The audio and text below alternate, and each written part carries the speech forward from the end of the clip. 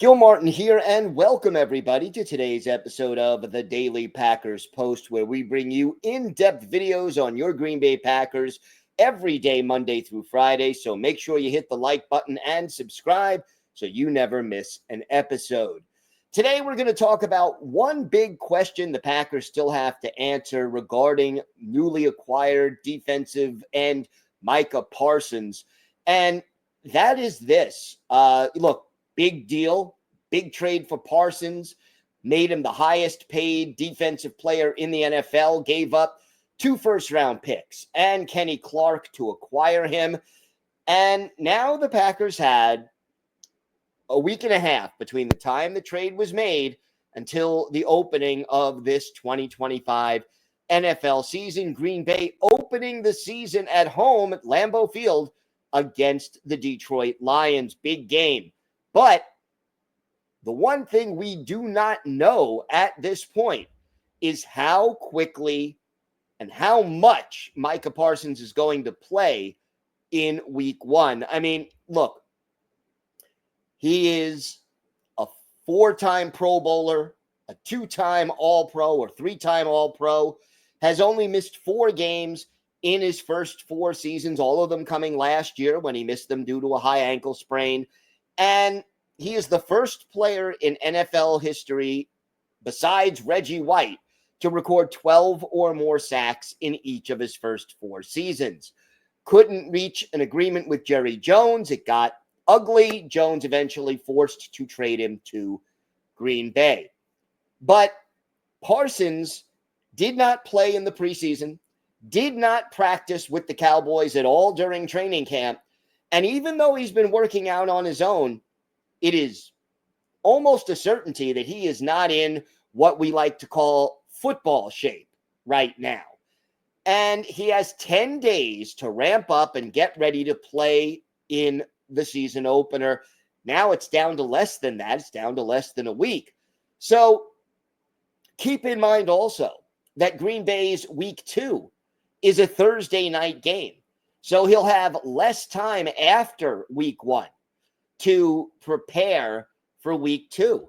And Parsons also allegedly had a back injury that was officially the reason he wasn't practicing. Probably a little bit of a back injury and a lot of a cover for his holdout.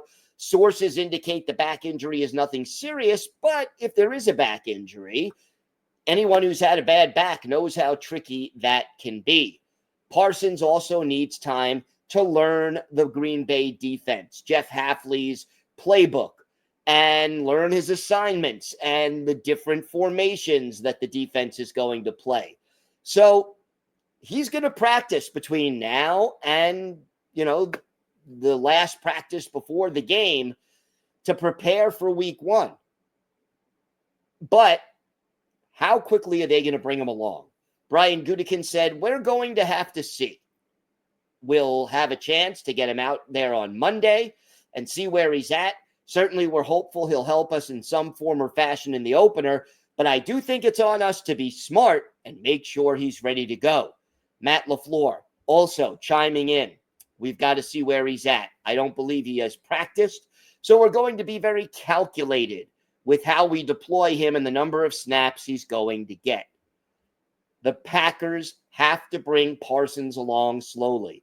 Assuming that his back is not an issue, and I don't believe it is, how quickly can he learn the defense, and how quickly can he get into football shape? I think it is likely and logical that he plays somewhere between 15 and 25 snaps, most of them coming in obvious passing situations where his assignment is pretty simple. And they may even have to tell him in the huddle, hey, on this play, this is your gap. This is where you line up. This is what you have to do to get to the quarterback. The worst thing that could happen to the Packers would be that Parsons suffers a serious injury as a result of trying to do too much too soon. I mean, that's why you have training camp, to get the guys into football shape. And yeah, I know the Packers have 2 tough opponents in their first 2 games, the Lions and the Commanders.